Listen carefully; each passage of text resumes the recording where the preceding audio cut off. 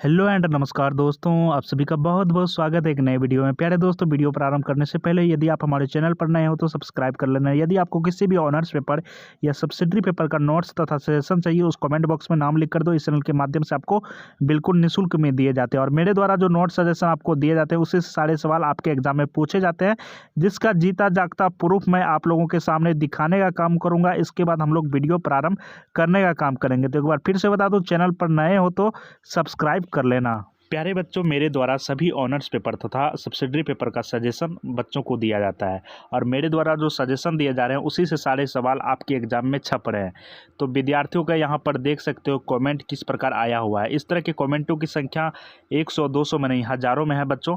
यहाँ पर देख सकते हो साफ साफ किस तरह का फीडबैक आया हुआ है बच्चों का।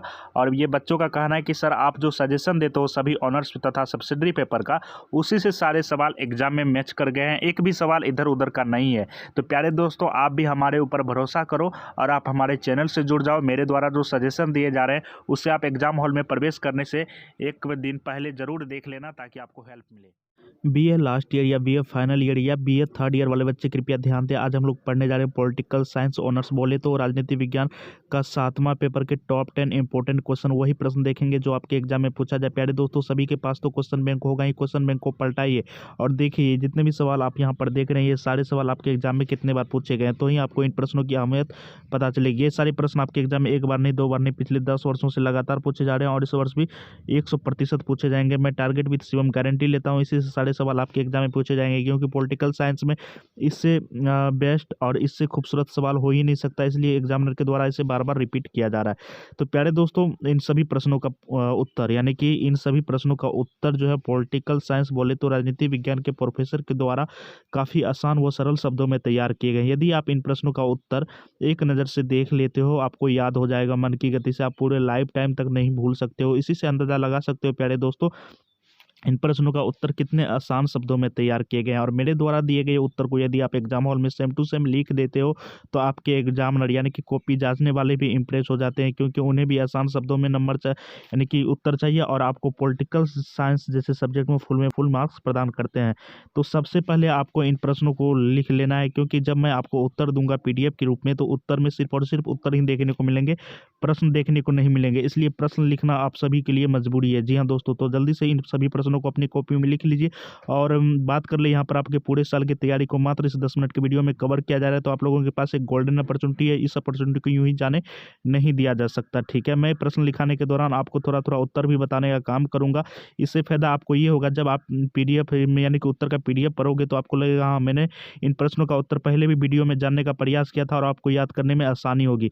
ठीक है, तो पहले आप इन प्रश्नों को लिखिए। पहला प्रश्न देख सकते हो आप सभी यहाँ पर, राजनीतिक समाजशास्त्र को परिभाषित करें। ठीक है, राजनीतिक समाजशास्त्र को परिभाषित करें एवं इसकी प्रकृति की विवेचना करें। राजनीतिक समाजशास्त्र क्या है, इसको आपको परिभाषित करना है, इसकी प्रकृति किस प्रकार है, इसके बारे में आपको विवेचना देना है। ठीक है, क्वेश्चन नंबर यहाँ पर देख सकते हो, ये प्रश्न कई बार रिपीट हो चुके हैं, क्योंकि ये प्रश्न काफ़ी ज़्यादा इम्पोर्टेंट है और पॉलिटिकल साइंस का जो सबसे बेस्ट प्रश्न है ये। ठीक है, इसलिए बार बार रिपीट किया जा रहा है, तो आपको जल्दी से इन प्रश्नों को लिख लेना है अपने को। तो प्यारे दोस्तों, ये प्रश्न के बारे में थोड़ा हम लोग जान लेते हैं, क्योंकि इम्पोर्टेंट सा प्रश्न है ये। संक्षिप्त में, राजनीति समाजशास्त्र के सामाजिक आर्थिक पर्यावरण से उत्पन्न तनावों और संघर्षों का अध्ययन कराने वाला विषय है। ठीक है प्यारे दोस्तों, समाज यानी कि राजनीतिक समाजशास्त्र समाज के सामाजिक आर्थिक पर्यावरण से उत्पन्न तनावों और संघर्षों के अध्ययन कराने वाला विषय है।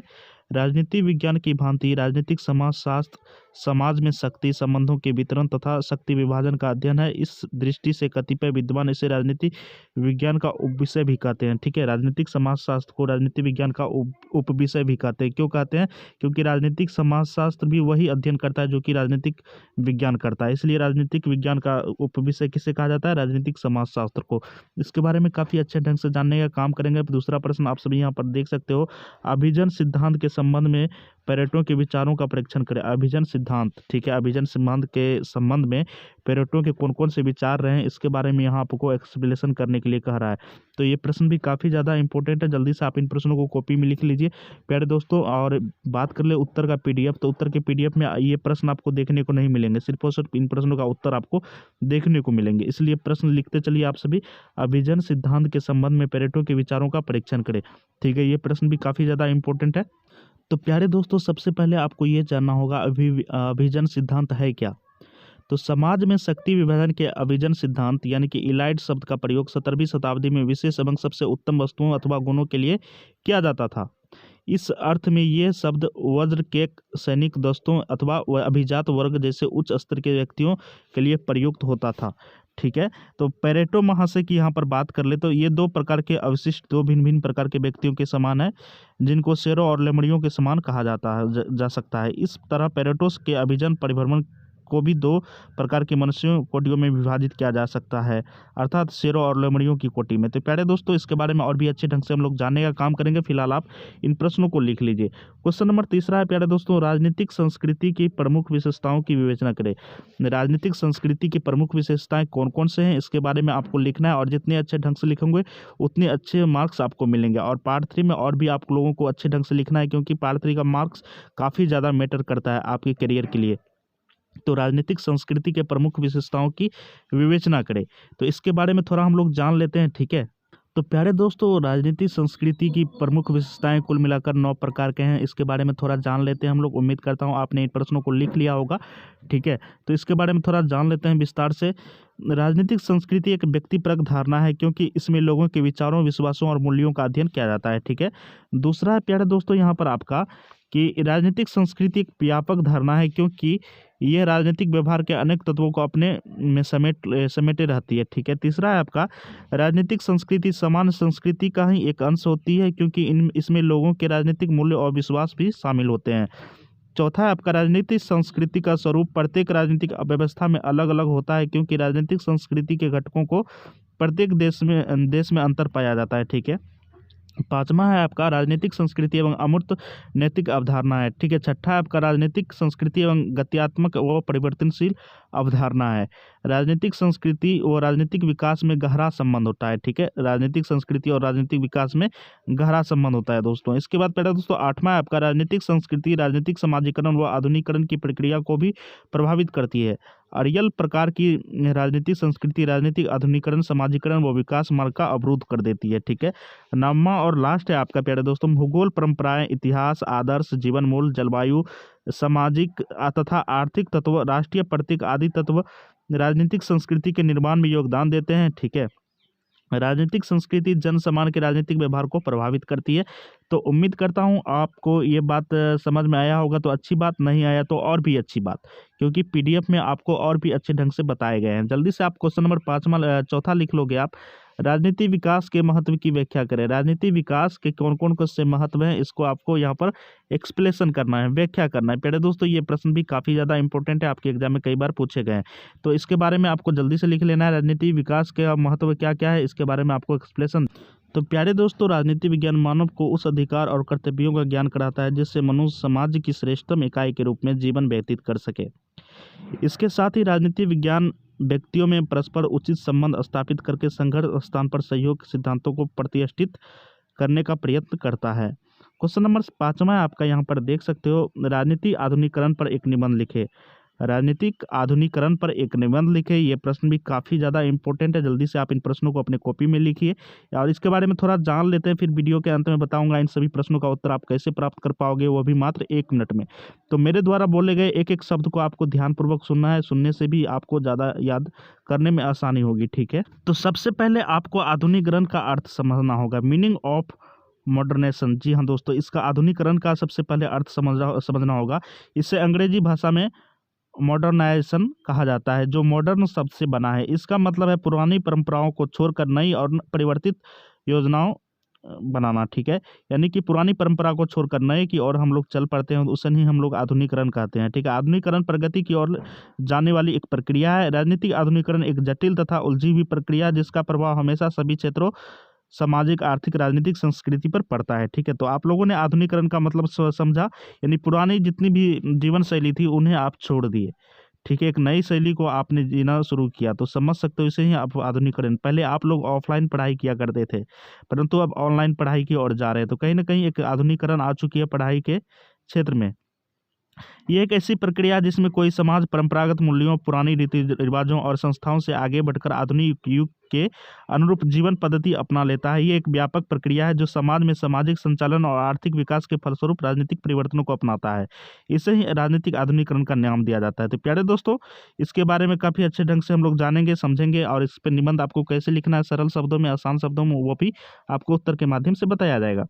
क्वेश्चन नंबर 6 आपका यहाँ पर देख सकते हो, राजनीतिक समाजीकरण को परिभाषित करें तथा इसकी प्रकृति की विवेचना करें। ठीक है, राजनीतिक समाजीकरण को आपको परिभाषित करना है यानी एक्सप्लेनेशन करना है, इसके बाद इसकी प्रकृति की विवेचना करना है। तो ये प्रश्न भी काफ़ी ज़्यादा इंपॉर्टेंट है। उम्मीद करता हूँ आपने इन प्रश्नों को कॉपी में लिख लिया होगा। यदि नहीं लिखा तो जल्दी से लिख लीजिए, क्योंकि इससे बेहतर प्रश्न आपके एग्जाम में पूछे ही नहीं जा सकते। ठीक है, तो प्यारे मित्रों, राजनीतिक समाजीकरण वो प्रक्रिया है जिसके द्वारा राजनीतिक संस्कृतियों को बनाए रखा जा सकता है, उनमें परिवर्तन भी किया जाता है। ये सीखने की वो प्रक्रिया है जिससे लोगों के राजनीतिक मूल्यों, विश्वासों और भावनाओं का निर्माण होता है।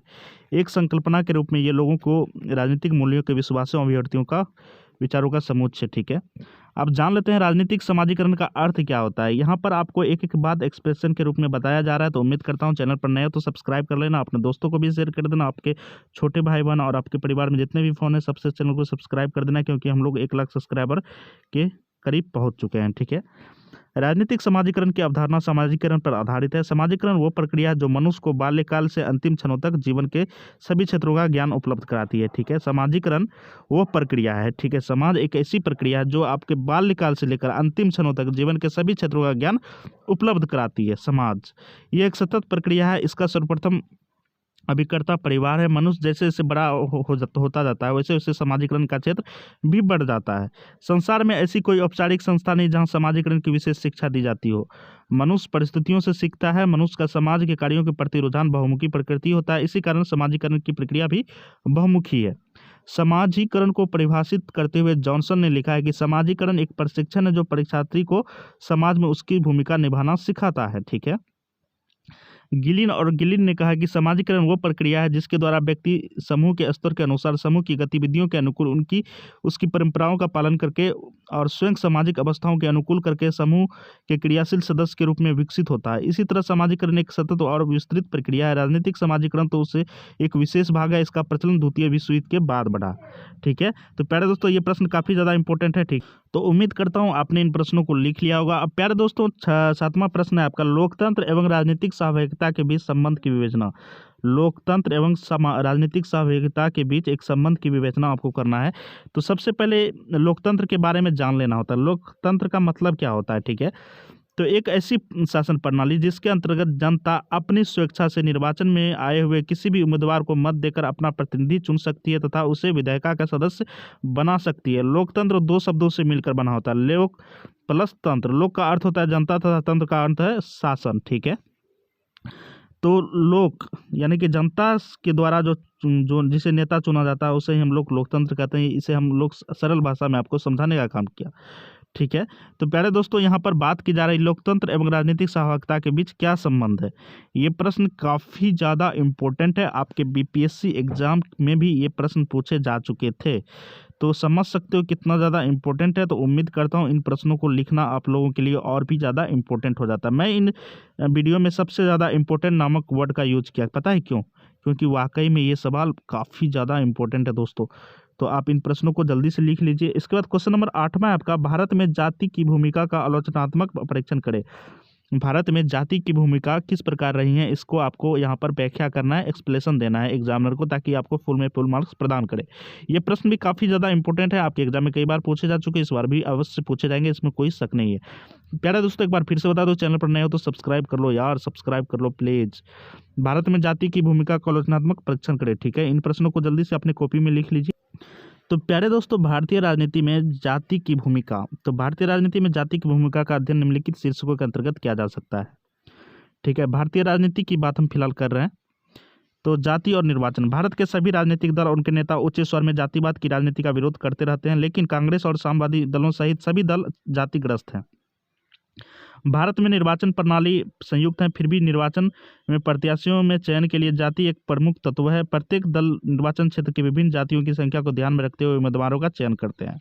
तो कुल मिलाकर बात करें तो भारत में अभी भी जातिवाद काफ़ी ज़्यादा फैला हुआ है और मुझे नहीं लगता कि जातिवाद से कभी भारत को निजात मिल सकती है, क्योंकि जातिवाद पूर्ण रूप से पूरे भारत में फैला हुआ है और इससे सभी ग्रस्त हैं। और हमारे भारत का भी विकास क्यों नहीं हो रहा है? क्योंकि भारत में जातिवाद काफ़ी मात्रा में फैल चुका है प्यारे दोस्तों। और आप खुद, यानी कि आप जिस ज़िले से हो, जिस कस्बे से हो, आप खुद वहाँ पे अंदाज़ा लगाओ कि आपके ज़िले में जातिवाद हो रहा है या नहीं। जातिवाद के नाम से वोट दिया जा रहा है या नहीं, जातिवाद के नाम से वोट दिया जा रहा है, जातिवाद के नाम से राजनीति की जाती है, जातिवाद के नाम से जो है आपको लाभ दिया जाता है। इसी से अंदाज़ा लगा सकते हो कि भारत में जातिवाद ही सब कुछ है। तो इसके बारे में हम काफ़ी विस्तार से जानेंगे, ठीक है। फिलहाल आप क्वेश्चन नंबर 9 को देखो। सामाजिक परिवर्तन के विभिन्न अभिकरणों का परीक्षण करें। सामाजिक परिवर्तन के विभिन्न अभिकरण कौन कौन से हैं, इसके बारे में बताना है। समाज में जब कोई परिवर्तन आता है तो उसके विभिन्न अभिकरण कौन कौन से होते हैं, उनके विभिन्न अंग कौन कौन से होते हैं, इसके बारे में आपको बताना है। इन प्रश्नों को जल्दी से आप अपने कॉपी में लिख। तो यहाँ पर बात कर ले, सामाजिक परिवर्तन के विविध स्वरूप होते हैं। प्रत्येक समाज में सहयोग, समायोजन, संघर्ष या प्रतियोगिता की प्रक्रियाएं चलती रहती हैं, जिनसे सामाजिक परिवर्तन विभिन्न रूपों में प्रकट होता है। परिवर्तन कभी एक रेखीय यानी कि अनिलिनियर, तो कभी बहुरेखीय यानी कि मल्टीलिनियर होता है, ठीक है। उसी तरह परिवर्तन कभी भी समस्या मूलक होता है तो कभी कल्याणकारी। तो प्यारे दोस्तों, कभी कभी हम बात कर ले यहाँ पर, कोई भी परिवर्तन जब होती है तो उस या तो वो समस्या मूलक होता है या तो कल्याणकारी, ठीक है। तो समस्या मूलक बहुत ही कम होता है परंतु कल्याणकारी बहुत ज़्यादा होता है, ठीक है। तो इसके बारे में काफ़ी विस्तार से जानेंगे। फिलहाल आप क्वेश्चन नंबर 10वां देख लीजिए और सभी प्रश्नों को कॉपी में लिख लीजिए। भारत में अपराधीकरण की राजनीति पर एक निबंध लिखे। भारत में जो अपराधीकरण की राजनीति हो रही है उस पर आपको एक निबंध लिखने के लिए कहा जा रहा है। तो उम्मीद करता हूँ यदि आप इन सभी प्रश्नों को अपनी कॉपी में लिख लिए होंगे तो आपको यहाँ पर 100 में 100 मार्क मिलने से कोई नहीं रोक सकता है, इसमें कोई शक नहीं है दोस्तों। आपके पूरे साल की तैयारी को मात्र इस 10 मिनट के वीडियो में कवर किया जा रहा है, तो समझ सकते हो इससे बेहतरीन मौका आपको क्या मिल सकता है, ठीक है। तो प्यारे दोस्तों, भारत में अपराधीकरण की राजनीति की जब बात करें तो भारत में राजनीति का अपराधीकरण अपराधियों और आपराधिक आरोपों वाले व्यक्तियों की राजनीति में प्रवेश की बढ़ती भागीदारी है, ठीक है। अभी के समय में जो अपराध कर रहे हैं भविष्य में वही चल के आगे चल के नेता बनते हैं। आप ऐसा देख सकते हो, जो अभी के समय में दबंग व्यक्ति है उन्हीं को जाके लीडर बनाया जाता है। आप ऐसा अंदाज़ा लगा सकते हो, आपके आसपास में कुछ ऐसे व्यक्ति होंगे जो दबंग प्रवृत्ति के होंगे, उसी को जो है आपके इलाके के का नेता चयन किया जाता है, वही मान के आगे चल के मंत्री और बहुत सारे ऐसे पद हैं उसमें वो चयनित होते हैं। तो प्यारे दोस्तों, भारत में अपराधीकरण की राजनीति किस तरह फैल चुकी है इसके बारे में अंदाज़ा नहीं लगा सकते, परंतु जब आप लिखना शुरू करोगे इसके ऊपर तो उम्मीद करता हूँ कम से कम 10 पेज भी कम पड़ जाएगा, ठीक है। बट आपको उतना लिखने की आवश्यकता नहीं है, आपको तो फुल मार्क्स चाहिए ना। तो मैं बताऊंगा कैसे आप इन प्रश्नों को लिखोगे। तो हम लोग 1 लाख सब्सक्राइबर के करीब पहुंच चुके हैं, ठीक है। जैसा कि आप सभी देख पा रहे हो 1 लाख सब्सक्राइबर के करीब पहुंच चुके हैं। प्यारे दोस्तों, जैसे ही 1 लाख सब्सक्राइबर पूर्ण हो जाता है हमारे चैनल का, तो यहाँ पर सभी ऑनर्स पेपर तथा सब्सिडरी पेपर के अलग अलग प्रोफेसरों के द्वारा डिजिटल बोर्ड पर आप लोगों को शिक्षा दी। तो प्यारे दोस्तों, आपके छोटे भाई बहन जितने भी होंगे ग्रेजुएशन की पढ़ाई कर रहे होंगे तो उनसे चैनल को सब्सक्राइब अवश्य करवा लेना, क्योंकि आने वाले वीडियो हमारे जो है प्रोफेसरों के द्वारा पढ़ाए जाएंगे आपको और डिजिटल बोर्ड पे, और ये सारे कंटेंट आपको फ्री इस चैनल के माध्यम से दिए जाएंगे। तो इतने सारे हेल्प आपको किए जा रहे हैं, दिए जा रहे हैं, तो प्यारे दोस्तों एक सब्सक्राइब ही तो मांग रहा हूँ ना। प्रत्येक घर में 4 से 5 फोन होंगे, सभी से चैनल को सब्सक्राइब कर लेना है, ठीक है। आप बात कर लेते हैं इन सभी प्रश्नों का उत्तर की। तो इन सभी प्रश्नों का उत्तर जो पॉलिटिकल साइंस के प्रोफेसर के द्वारा काफ़ी आसान शब्दों में तैयार किया गया है। यदि इन प्रश्नों का उत्तर आपको चाहिए तो प्यारे दोस्तों क्या करना है, आपको जल्द से जल्द हमारे टेलीग्राम को ज्वाइन कर लेना है, जिसका लिंक आपको डिस्क्रिप्शन में देखने को मिलेगा। तो डिस्क्रिप्शन में दिए गए लिंक को ज्वाइन करके आप इन प्रश्नों का उत्तर प्राप्त कर सकते हो। इन प्रश्नों का उत्तर जो है कल शाम तक आपको देखने को मिल जाएगा, तो जल्दी से टेलीग्राम ज्वाइन कर लो। और चैनल पर नए हो तो एक बार फिर से बता दूं, सब्सक्राइब कर लो यार, प्लीज़ सब्सक्राइब प्लीज़। ओके, मिलते हैं नेक्स्ट वीडियो में। Thanks for watching.